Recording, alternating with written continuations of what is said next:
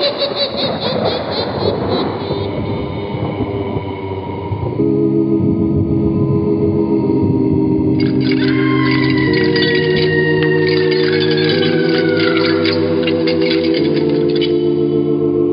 Mysterious Old Radio Listening Society podcast.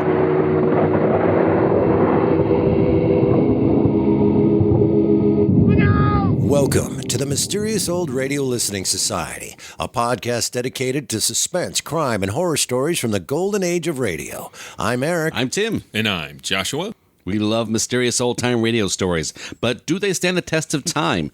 That's what we're here to find out. This week, we return to the listener library for a recommendation from our mysterious listener and Patreon supporter, Jules. Jules writes, I've only been a patron for a few hours, so please forgive my audacity in immediately requesting a couple of OTR episodes. Subbasement from Lights Out and 100 in the Dark from Suspense. I've enjoyed guessing what your individual reactions would be to these episodes. Jules already knows our reactions to 100 in the Dark because we discussed it in episode 214 of the podcast. So today we reveal our respective opinions of Subbasement. Lights Out was a horror series created by Willis Cooper in 1934 and broadcast Wednesday nights at midnight on Chicago area NBC station WENR. Cooper's late-night Grand Guignol was a local hit, and in April 1935, NBC began broadcasting it nationally, growing the program's local following into a coast-to-coast fan base. After Cooper's departure in 1936, NBC hired a young writer-director named Arch Oboler to take over creative duties on Lights Out. Oboler's bold story choices and innovative production techniques drove the program to new heights of popularity. Lights Out ended in 1938, but the show was revived for a brief run in 1942 and again during the summer of 1947. Oboler would return to Lights Out many times during his later career, including the 1962 album Drop Dead and the 1970 syndicated radio series The Devil and Mr. O. And now let's listen to Subbasement from Lights Out, starring Joseph Kearns and someone who might be B. Benedere? We're not sure. First broadcast August 24th, 1943. It's late at night, and a chill has set in. You're alone, and the only light you see is coming from an antique radio. Listen to the sounds coming from the speaker, listen to the music, and listen to the voices. Lights Out brings you stories of the supernatural and the supernormal, dramatizing the fantasies and the mysteries of the unknown. We tell you this frankly, so if you wish to avoid the excitement and tension of these imaginative plays, we urge you calmly but sincerely to turn off your radio now. This is Arch Oboler. Tonight's is a story that's happening because a very long time ago I found myself in the sub-basement of a huge department store, a strange subterranean world of half lights and half darknesses. So, to you who thrill to whatever might be beneath the earth, I bring you a tale of Subbasement. After a brief word from Ironized Yeast, Frank Martin. Do you feel droopy these days? Tired out oftener than you ought to be? Losing too much weight, perhaps? Well, if, as may be true of many people nowadays, you simply aren't getting enough vitamin B1 and iron from your food, if that's what's to blame, cheer up. Because Ironized Yeast tablets give you both vital substances in easy-to-take tablet form at a cost of but a few pennies a day. Men and women by the scores and hundreds who used to suffer from these deficiencies now thank the two-way help of Ironized Yeast tablets for glorious pep and strength and needed pounds regained. They tell how today they can really enjoy life again. That's right. They're thanking Ironized Yeast tablets. And now, Lights Out, everybody.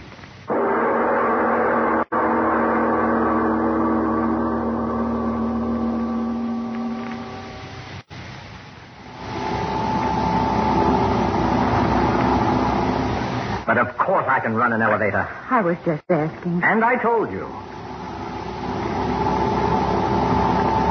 Well, here we are.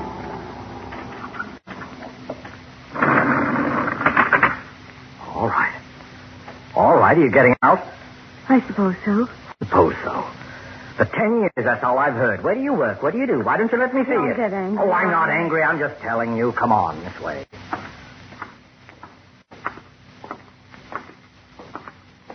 Such a big basement. You don't know the half of it.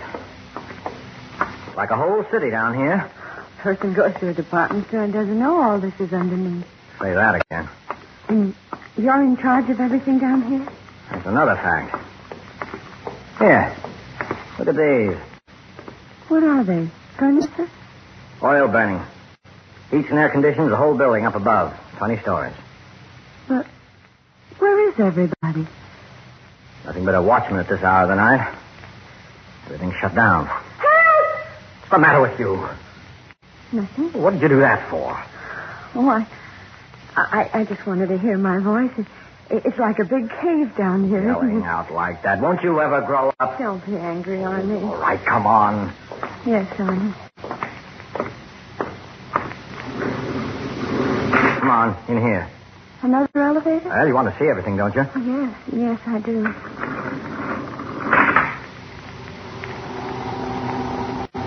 Down some more? Yeah.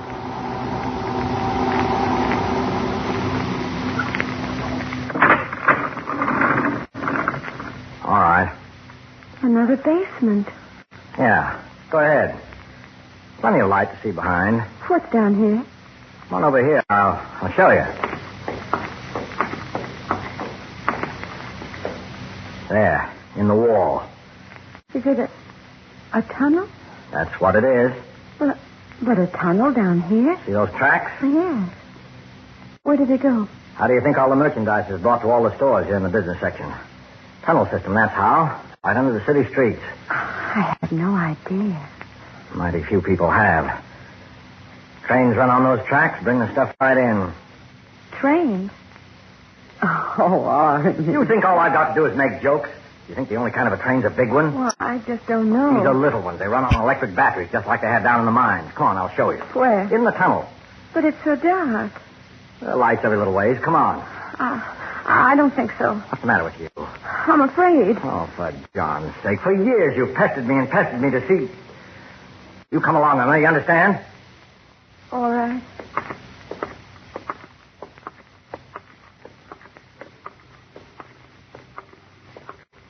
Arnie, this is far enough. Oh, for John's sake. What's the matter with you now? I don't know. Come on. There's one of the little engines parked down at the end of the tunnel. You might as well see it. I'll keep walking. I think I'd like Down to... this way, you'll see the train. Yes, but Arnie, the lights... Arnie, where are you? Right here. What's the matter? Matter? Oh, why are you standing so close to me? I'm your husband. Oh, Arnie, don't be silly. Emma, I'm going to tell you something. Arnie, what's the matter with you? Listen to me for the last time. Last time? Arnie, what's the matter with you? Do you know that you can't get out of here? What? You can't get out of here. Arnie, what are you talking about? What are you talking about? Oh, Arnie. You haven't made a joke like that in years. The last time you tried to scare me was right after we were married. Remember? With that fur piece you made off was a dead animal that had gotten in the bedroom. You remember? I remember. Come along further, Emma. Oh. As long as I know what you're up to, I don't mind. How far are we going? A long way. All right, Arnie. Anything you say. Don't I know it? All right. All right. What? This is as far as we're going. Oh. I feel funny. I've never been under the ground so far in so long. It was very nice of you, Arnie, to take me down here. So interesting. Very nice of you. Arnie, why don't you say something? Arnie, is something the matter? Arnie, really, you can't frighten me. Not now, you know. Arnie, are we waiting for someone? If we are, I think I hear him. Hear him? Well, yes, don't you? No. But I heard some. Tell you there's no one down here. All right. All right, if you say so, Arnie. If I say so. Can't you say something else but that even now? Now? Yes. Irma, I'm going... There, I heard it again. What? Are there trains running this late at night? Train? If it's the train, we ought to get out of here. Tunnel's so narrow, Arnie, please. Shut up. Let me listen. Hear it? Will you shut up? Who's there? Who's there? Isn't there supposed to be anyone? Of course not. I saw to it. Is that you? Is that you, Tom? Who's Tom? Tom, are you down here? One of the watchmen? I told him I'd pull these boxes tonight. I told him. Tom! Hey, Tom! What's wrong? Tom, what's the matter with you? Come on out here. Do you hear me? Come out right away or I'm firing you. Tom! Is he playing jokes, too? That fool, I'll break his neck. Get my hands on that. No, Arnie, don't leave me. Arnie, where did you go? Arnie, it's so dark, the tunnel. Arnie, where are you? Arnold, was that you? Arnold, it is you. Did you cry out? What? Stay back. You... That man. Who? From what's left of his face, I think it's Tom. What? The train ran over him? Arnold, answer me, was it? Train?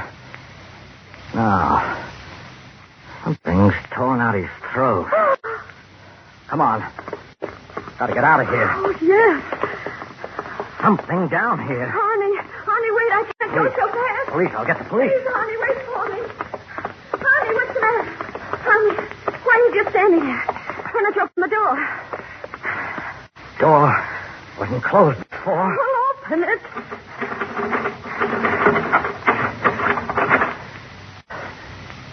It won't open. It won't open!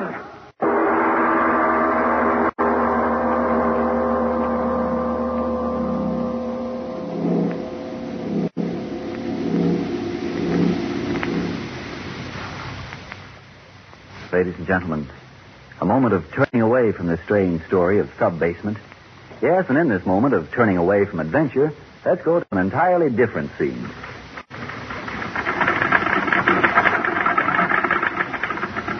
An office busy with the pressure of wartime work. Well, sure, I'd like to put in more overtime and make more money the same as the other fellas. I should be able to do it, but it's all I can do to keep working 8 hours a day. Often at night I feel too tired to enjoy my food. I'm jittery. I can't relax, losing sleep, losing weight. How it's going to end up, I don't know. Well, if vitamin B1 and iron shortage is your trouble, try ironized yeast tablets. They supply both vital substances. But what makes them so vital? Why, when you don't get enough vitamin B1 from the food you eat, you may lose your appetite, not eat all you need, lose weight, lose pep and energy. And without enough iron, you may be weak and pale. You may feel only half alive. And you say ironized yeast tablets supply both of them? You bet they do. It's this two-way help that's been of such benefit to any number of people with these deficiencies. So if you're short on vitamin B1 and iron, get ironized yeast tablets right away. Then see if pretty soon you don't say, Oh, it's sure great to feel like myself again. That fagged-out feeling is gone. I eat and sleep as I should once more. I'm sure glad I took ironized yeast. And now back to our lights-out story of Subbasement. A man and his wife are far beneath the city streets in the tunnel leading to the subbasement of a large department store.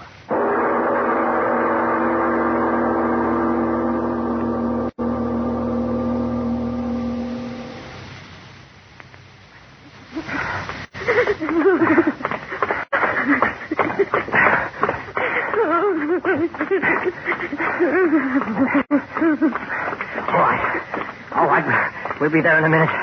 But are you sure? I tell you, it's an emergency exit. It's always kept open. Why was that door locked? Stop asking me that. I don't know. And that watchman? Stop talking, will you? I don't know anything. Honey, why did you stop talking? And why stop? You said the emergency exit. That's it. What? Behind those timbers. It's blocked off. You understand? It's blocked off. Oh, well, what do we do? We can't just stand here. Arnold, that man was killed. There's someone down here. I'm afraid. Oh, Arno, get me out of here. Oh, wait a minute. I gotta think. Think? Oh, whoever killed Tom, not down here necessarily. You don't think so, Arno? Well, why should he be? Nothing to steal down here. Tom is always borrowing money from people. Somebody he didn't pay back. Yeah, that's it. But the doors were... Well, he got out and closed the doors. What of it? We can get out. Come on. Where? I told you these tunnels lead to the buildings all over the business section. Follow the tunnel to the next sub-basement of the next building. We'll get out, that's all. Honey, don't get too far ahead of me this time. Well, just walk fast, will you? Yes. Oh, honey, I look forward so very much to tonight. It had been so long since you'd even thought about me. I knew that. And tonight, when you called me up and told me to meet you here, and then when you started to play those crazy, scary jokes before, even then Irma, you see it too?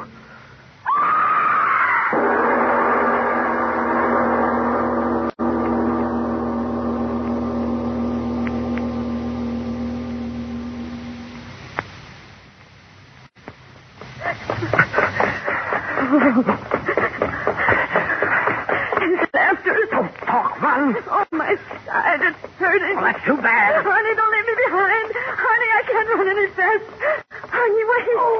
Honey. Honey, what? Oh, honey. I'm going. Honey. Your leg. Broken. Oh, honey, come on. Hold on to me. No, But you can't lie here, that thing. It's coming. I don't know. I can't see it. I was running a rock under my foot. Arnold, over here, a pile of boxes. What? Hide behind them.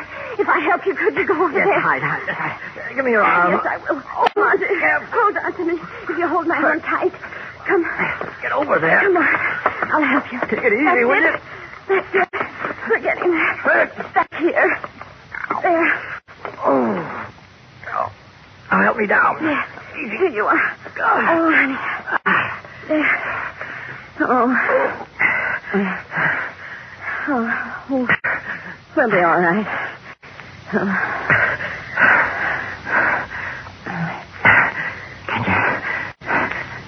Can you see it?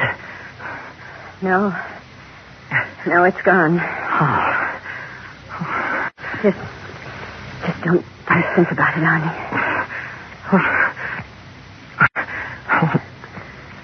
What was it? Emma, you hear me? What was it? You went to school. You studied things like that. That thing. What was it? Irma, didn't you hear me? Yes, I heard you. What was it? Was it a lizard? Yes, some kind of a lizard. That's it, a lizard. Some kind of a lizard. Oh, why do you say it that way? I saw it good, Arnie. Well? In school, one of the books, there was an animal like that. How did it get down here? A lizard that big? Oh, no, you don't understand. Geology book. The thing wasn't a lizard exactly. Huh? It was a dinosaur. Are you crazy? No. I'm telling you what I saw. It sort of sat up on its hind feet. Just like the picture in the book. What are you trying to do? Make me crazy, too? Why, those things died millions of years ago. Arnie, look. Huh? Way down the tunnel. By the light. It is a dinosaur. Don't move. Arnie, it is a dinosaur.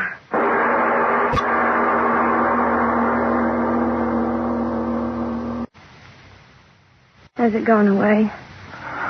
I don't know. It's been so long.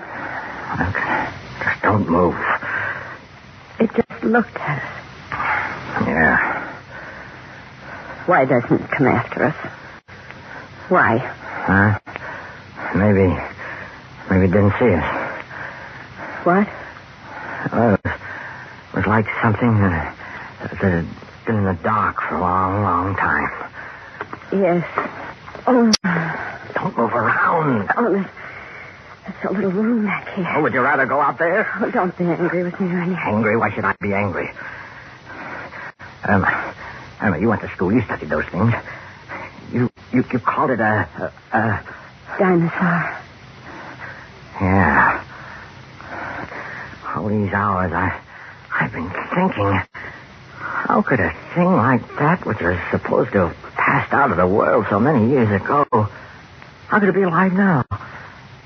I don't know. Irma, listen, I know.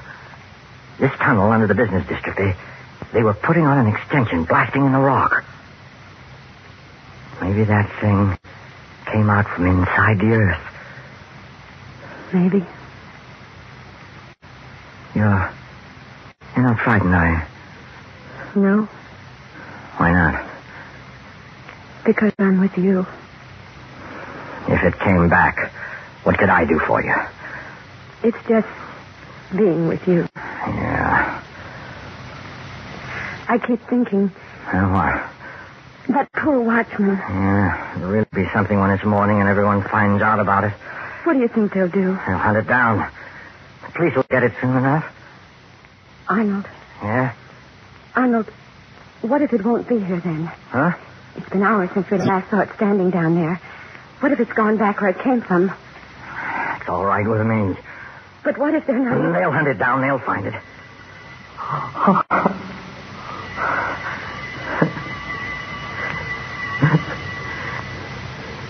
Arnold, what's that? It's all right. Everything's all right. But what was it? 6 o'clock. That was the bell back in the basement. The day engineer turned off one of the sprinkler alarms. Oh, Arnie. Come on, I'll help you. Wait. But you said it was... Look. Over there. Back. It's back. Help! He's looking right at us. Well, they didn't hear us, but it did.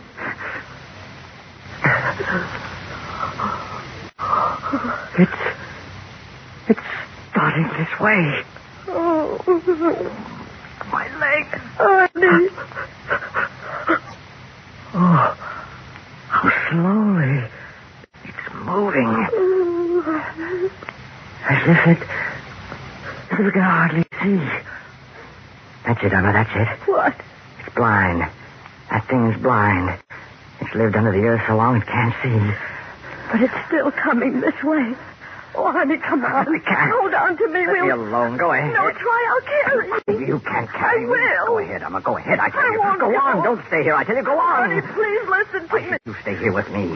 I wanted to kill you tonight. You hear me? I brought you down here to kill you. Oh, Arnie, no, you're only saying You, I'm that. telling you the truth. I brought you down here to kill you. No, Arnie, I'll stay with you. I Listen won't to let me. you- I brought you down here to kill you. Now, that's the truth. Look at me and believe it because it's the truth.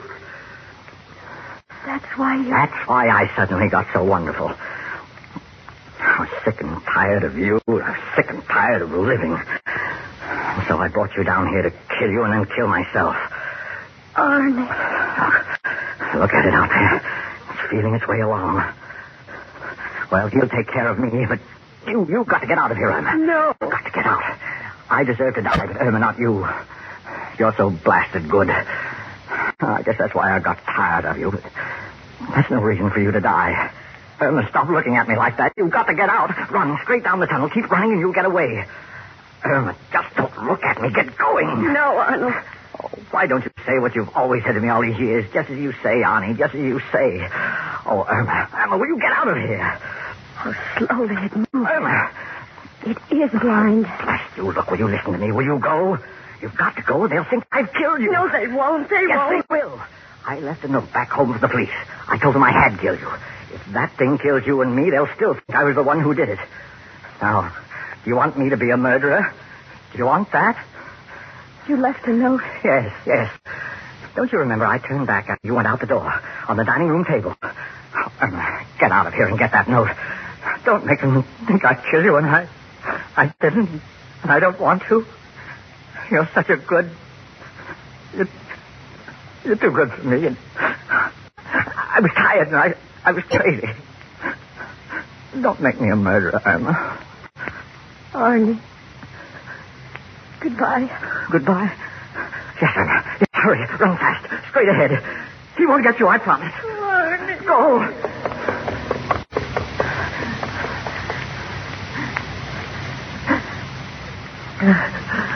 All right. You blind thing, you. Here I am. Yeah. Here I am. Here. I'm not scared. Come and get me.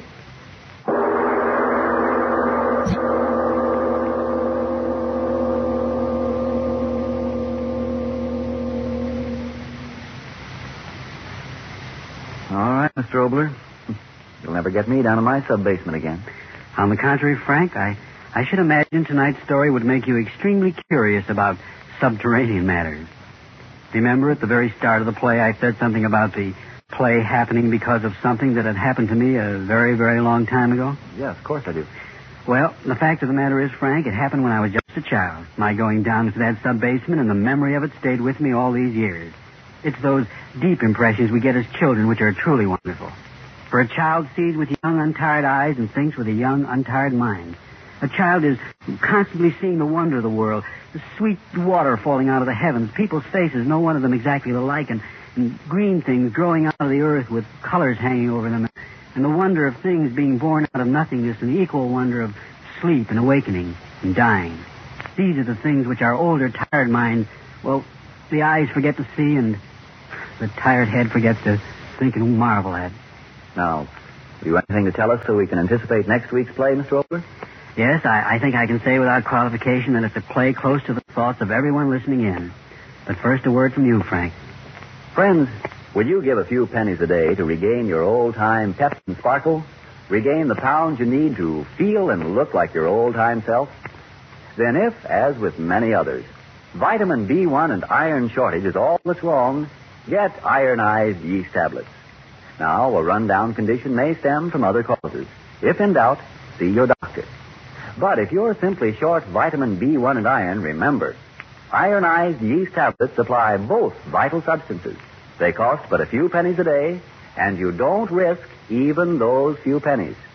For if you don't begin to eat better, to look and feel stronger, peppier, and more alive, the cost of the first bottle will be refunded to you in full by ironized yeast, Box IY, Rahway, New Jersey. And now, what about next week, Mr. Obler? Well, Frank, to live forever. To live forever. Which one among us has not thought of that? To live forever. Through these years and the next and the next and all through space and all through time. That's what our play is about next week, and it's titled The Immortal Gentleman. But that, as usual, is next week. Yes, tune in next Tuesday again for Arch Obler's eerie story, The Immortal Gentleman. And if you need more vitamin B1 and iron, be sure to try ironized yeast. But remember, there's only one ironized yeast. You'll know it instantly by the yellow and orange package and by the big letters IY on the container and on each tablet.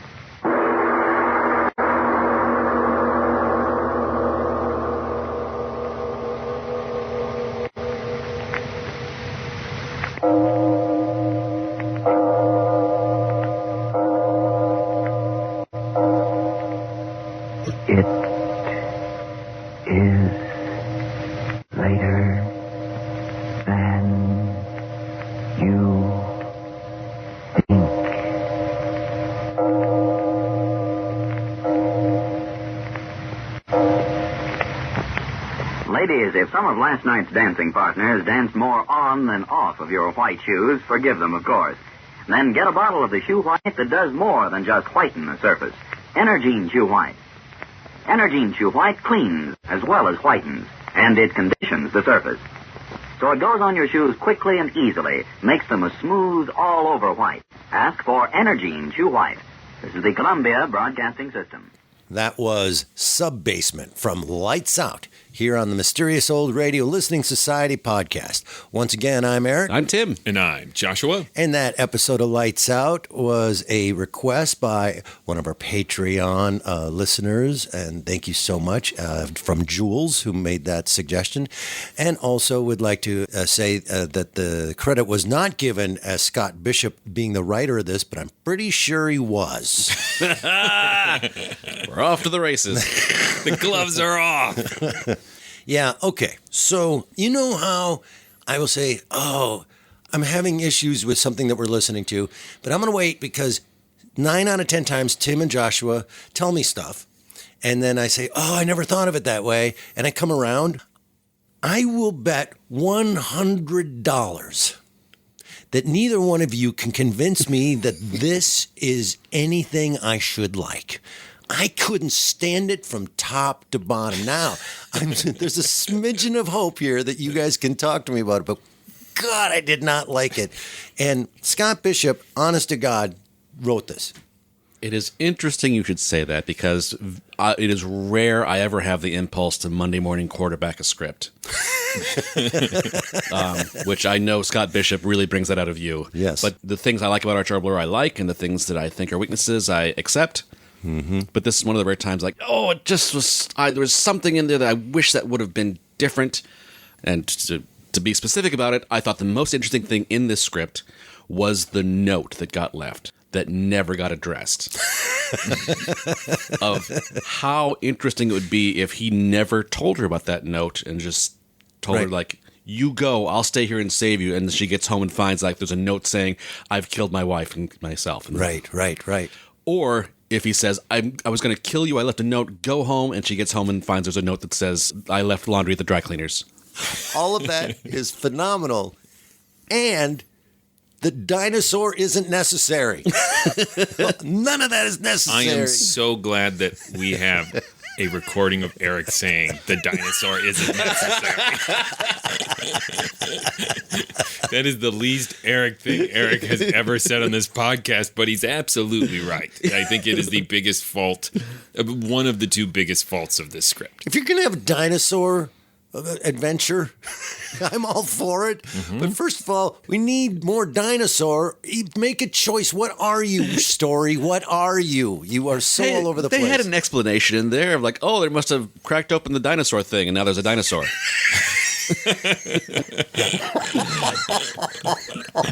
That tracks. Well, not only that, but the dinosaur has the ability to lock doors. But that's clever girl. I think Tom in his death throes must have just crawled over there and locked them in.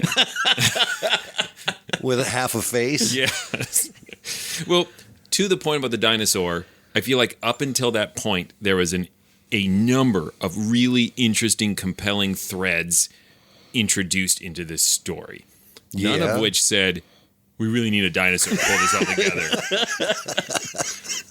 But I mean, disturbing as it was, the dysfunctional relationship of the couple was compelling. You wanted to figure out what the hell is going on here to have created this dynamic. So that drew me in. There is this whole sub-basement and tiny trains which deliver product from store to store. That seemed really promising. Yep. It almost suggested sort of evening primrose. It's exactly what I thought. Type of scenario. And even the idea of a unexpected murder complicating a plot to murder somebody else, that's pretty good. Yep. But then, dinosaur. And just like a Bishop story, all of those are really good stories. Mm-hmm. And they could have picked one of them. The idea that all of our merchandise is moved in underground tunnels from department store to department store, which I believe then at the end of the line is Radio Shack, and like that's once it doesn't move anywhere else. Like put a new battery in the train and send it back. Radio Shack joke. Thanks for clarifying. For our younger listeners, Radio Shack, you speak where you go to buy your batteries. It's where I got my first cell phone. That'll end the conversation. So, but I will give it some praise. I'm sorry that took a little more work to say than I meant to, but Arch Obler knows how to just write a creepy scene. arguing couple in the dark going deeper and deeper, and subtext on both sides of like, is he down here to kill her, or is she down here to kill him, or what's going on? And the confusion was enticing and exciting. And I know Arch Oboler. I know, like, he doesn't know. He doesn't know what's going to happen. Right. He's just in bed with his dictaphone. He's as disappointed by the dinosaur as we are. And he dozed off, and Scott Bishop picked it up and said, and then there's a dinosaur. Driving the train. I'm sorry. Blind dinosaur. Oh, right. We didn't even touch on that. The dinosaur's blind. On top of everything else, another thing we just don't need. But it was interesting to hear, like when they walked by the dinosaur, the change hitting the pan that the dinosaur had down. Yes, veteran. It's almost as if, to Tim's point again, that Arch Oboler's just making this up as he goes. That he realizes these guys still have a lot of talking they need to get done. So I've got to give the dinosaur some literal and figurative handicap so that he doesn't immediately gobble them up before my story is over. The sound effect of people being chewed, and I was a dinosaur. From the center of the earth, where dinosaurs live. There's another strange moment in the script where Arnie asks, "You've been to school. What is this thing?" That's a weird moment. At first I went, oh, did she study paleontology? Right. Or a herpetologist, whatever the study of lizards is. But I realized, probably at this time, he is probably a working class, like high school dropout. Sure. Right? And he probably just means she finished school. Uh-huh. Or Arch is just making stuff up as he goes along. Because later he seems to recognize the term dinosaur and go, well, they died millions of years ago. But then he also says to her, what do you call those things again? Yeah. And she says, dinosaurs. He goes, huh? Like he'd never heard the word dinosaur before in his life. Like there's not having an education. Then there's that. Yeah. By 1943... You've heard the word dinosaur. Yes. It's in pop culture. It's in... songs. That old Bing Crosby classic. Yes. Brontosaurus. Not a real thing. Oh, look at you, nerd. Well. So it wasn't a brontosaurus then in the sub-basement because they're not real. I mean, I had to assume it was a velociraptor. Well, we do know I think that it was a plant-eating dinosaur who would become a serial killer. That's my backstory. It was an iguanodon with an axe to grind. I'm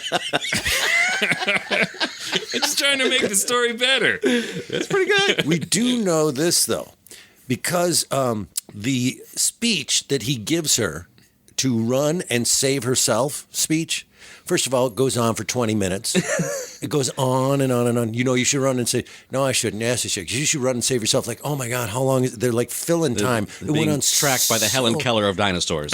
This is my point, is the dinosaur's there the whole time. And I went, so he's deaf, too.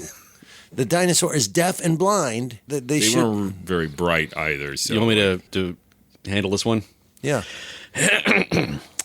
It's because he kept telling her not to move. The dinosaur could only track by movement. Not good with the ears, not good with the eyes because of the darkness, but... So don't move. That solves that. Good one, Tim. Thank you. You should be in bed with Arch Oboler. Whispering in his ear. On his dictaphone.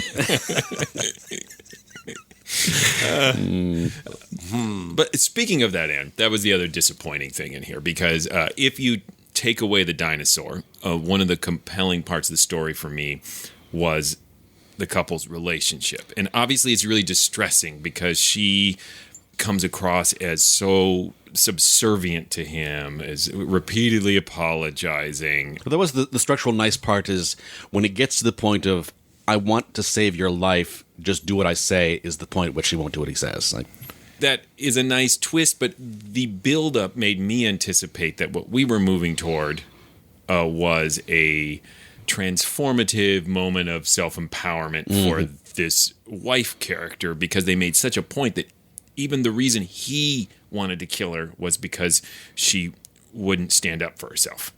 That she just took whatever he dished out. He called it her blasted goodness. So that telegraphed to me that this was going to be this moment where she finally did something, whether it's she saved him from the dinosaur, or she just said, "You were going to kill me? Screw you." Hey, dinosaur! Guy! This guy right here. Right here. He's got a face you can Broke eat his off. ankle. He ain't going to make it. And instead, they gave the would-be murderer the transformative moment. And I thought that was not very satisfying. There's so much not satisfying. So if I can go back to the relationship, I think that it is compelling to say, okay, something's wrong with their relationship because it starts without earning anything right in the middle of, yeah, I know how to operate an elevator, right? So we know that they are contentious with each other, right? But we never really find out why. And my point to that is there's no establishment of the character and the relationships, so it's hard to identify with them. Therefore, it's hard to hate or like or even identify with anything that's going on in that relationship. We never learn the motivation behind He anything. tells us that it's because of her blasted goodness. It seems like he wanted to make her fight back or to not take his bull crap. I'm not saying it's a reason to like this guy, but he does at the very end give us a reason for it all. I agree with you that neither one of them is likable. However, I think because Irma is the recipient of this undeserved mistreatment, that you're at the very least rooting for her right up till the moment, for me at least, that he reveals, "I took you down here to kill you." And she's still like, "I'm sorry." Yeah. At that point, I'm like, the dinosaur can eat both of these people. Right. There's another weird, I don't know if it's directorial or actor choices or script or all three. For a large part of the running and scared, she's unintelligible as an actor. I have a hard time hearing what she's saying and what she's doing, and she's freaking out. And I think that's a quality of the surviving recording. But here's where it goes weird on me. Then after all that freaking out, she goes, "Yeah." And she calms way down when she starts with that there. That's a dinosaur, you know? And she just gets really calm and then freaks out again. See what I'm saying? Like, she does not earn that I'm in charge and calm, and now I'm freaking out again. I mean, she's really freaking out, and then she's really calm and in charge, and then she's freaking out again, and there's no character basis for us to follow on how that's happening. There's a lot of buildup at the top of... Right. And this connects to the part of the script that I like, but at the very top, they go down and down and down, and they fight and they fight and they fight, and it's just that one note for a long time. Yeah. I will say, and this might be bringing it more to be a Scott Bishop kind of script, but there's a point at which he goes as far as he's going to go. He just says kind of almost arbitrarily, we're going no farther than this. Right. And in a pitch black cave, and it's never clear, like, why here? Why is this the stopping point? Which I assume that's because this is a dark place where I can leave your body, is why. But that ambiguous choice I thought was effective. The first, 5 to 10 minutes of this drew me in for some of the very same reasons you're saying. There are also, because we've been really hard on this script, there are also two really great moments that demonstrate Arch Obler's strengths. I think we've more than covered the man's weaknesses. But two things I love, and one of them is the moment when Arnie tells her that we're all alone down here, and she suddenly impulsively yells, "Help!" Yeah. She doesn't really mean it in that moment, but you're already sensing danger, so it seems really like it's foreshadowing a moment where she's going to... Testing, Yeah. Does she know and she's testing it? Is it just foreshadowing? But whatever, it adds to the tension. There's also the moment where she asks, "Why are you standing so close to me?" And Arnie replies, "I'm your husband." And she just laughs and says, "Oh, Arnie, don't be silly." And what I love about that is that it is layered at that point in the context of the story with so many different levels of meaning.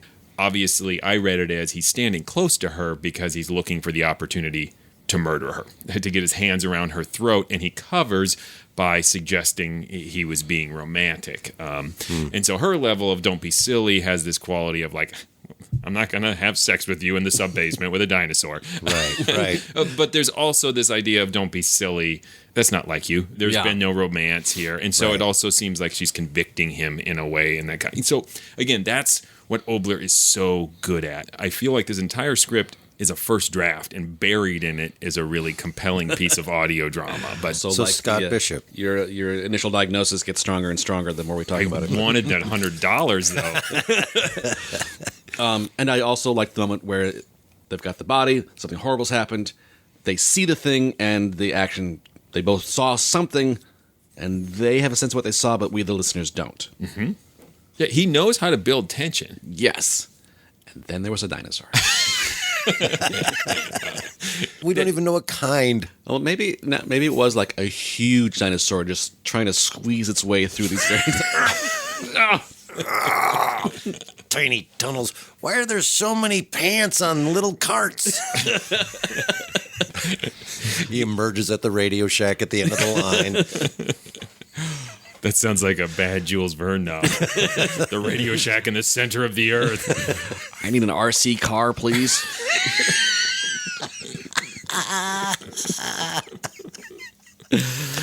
All right. I'm going to try to articulate this thought about Arch Oboler in general that has just come to me. I was just finished reading The Illustrated Man by Ray Bradbury, and he has this intro that Ray Bradbury tends to do these intros talking about his genius, which is a bit much, but I still love them. But he's talking about his writing process and how all these stories come from one part of his brain challenging him with this what-if question that the other half of his brain has to answer. And you can see that in the fact that Ray Bradbury's stories always have these really strong premises. Mm-hmm. They start from this what if that he then fully explores and answers this question. And it struck me at that moment, like, that's a lot like Arch Oboler, but he tends to just stick with the what if part. Mm-hmm. And when he does answer the what if question, it's usually the same. What if a man's husband turned into a cat? And really, what did I just say? A man's husband.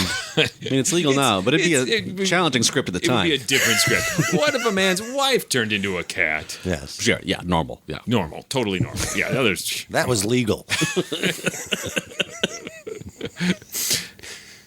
But that is the extent of that episode to a certain degree. And in so much as it answers that question, it's they all died. And then that's the answer to many Arch Oboler right. questions. What if a scientist grew worms really big? Everybody dies. Yeah. Hamlet. And I mean, I feel like this is the same thing. Like, what if a troubled couple goes into the sub-basement and finds a dinosaur? That's really the story. There's no more elaboration. One of them dies. It's interesting in that context that he gives it of, as a child, I was in a sub-basement and was afraid. Yeah. And he puts it on both beginning and end. And thinking of it as this was a story written by a child, which is maybe stretching too far, but it really is resonant then of when a child is alone in the dark and in a place that what is it out there that's going to get me? A dinosaur maybe at the top of the list of things to come get me. Yeah, but I mean, if you need the author to come in from the outside and tell a childhood reminiscence to have the story make a tiny bit more sense, it's still us. It would work better if it was a child instead of an arguing couple, I suppose. But you meant a child introducing the story. This is so awesome. And I was down there with my wife, who was too subservient, so I was going to kill her. Always deferring to my superior genius. I hope there's not any clowns or my alcoholic father down here. It'd be a better story, though. See, I wonder if these were the reactions that Jules predicted when she was trying to guess how we would react and where this conversation would go. I hope it's been satisfactory to you, Jules. Well, I came out swinging. We're not getting any money off of you this time. Yeah, we lost $100. Thanks, Arch Oboler. I've defended some crap in this podcast, and I couldn't even bring myself to do it here for $100. Wow. My last comment is there is a ironized yeast commercial here that takes an angle that I'd never heard before, this wartime angle, describing, an office busy with the pressure of wartime work, and everyone has too little iron and B1 to do overtime. Yeah, right. And so basically it creates this image of, force-feeding foie gras style these poor workers so they no longer sleep. Ionized yeast, now fortified with cocaine. Keep working, boys. We'll win the war with ionized yeast. So I appreciated that. Yeah. All right, let's vote. I'll vote. That's not one of our categories. It does not stand the test of time. I don't like it. No, sir, I don't like it a bit. But thank you, Jules. I think also it is of value in context of Arch Oboler, trying to get others to listen to this or consider it outside of the Arch Oboler context. It suffers a lot. But sort of knowing who Arch Oboler is, the way he works, the way he writes, what his strengths are, what his weaknesses are, I think this is a really interesting example of that. So of historical note, I suppose I would say. Yes, I think I could get on the historical note within the narrow confines of Arch Oboler history, but I agree with Eric. It does not stand the test of time. It is two stories mashed together that do a disservice to each other. I would have loved to have seen a thrilling subterranean dinosaur adventure or this psychological thriller, but they do not work together at all. I suppose the subtext we're missing is the dinosaur also had brought his wife down the tunnel. Had to kill her. Left a note back in the Is this another Savage Lands. exchange murder scenario? Strangers on a train. Strangers on an Yeah. underground train, yes. Crisscross. Crisscross. All right, Tim, tell him stuff. Hey, please go visit ghoulishdelights.com, home of this podcast. You'll find other episodes there, lots of other episodes, including 100 in the Dark, which we had very different opinions about. Check it out. You can link to our social media pages. You can send us a message. You can vote in polls, leave comments, so let us know what you thought in case we're crazy and there's some other interpretation of this we're missing that would make it awesome and we're just dumb and Eric owes you $100. You can link to our Threadless store and buy some swag, or you can go to our Patreon page like Jules did. Yes, be like Jules. Go to patreon.com/themorals and support this podcast. We have all sorts of great stuff. I have carried on about Patreon. I feel like I don't even have to anymore other than to say, what are you waiting for? Come on. We need money. And also, Jules and everybody, I think we really liked 100 in the Dark. So we're betting 50%, right? Sure. Yeah. So I'm I think starting Tim to and I feel liked bad. it more, but I probably just didn't understand it. Hey, if you want to see us do things live, we do theater. We do old radio theater drama on stage. And if you want to come see us, we do a lot of original works and a lot of recreations of classic old-time radio shows. And so just look at ghoulishdelights.com or mysteriousOldRadioListeningSociety.com and you see where we're performing monthly and where we're going to be at. And we'd love to see you either in person or you can buy a ticket and watch us online. That would be great. What's coming up next? Next, we have another listener request, and we will be returning to a series that we have not listened to in quite a long time, Theater 1030, with an episode entitled Trespassers Will Be Experimented Upon. Until then... The dinosaur isn't necessary.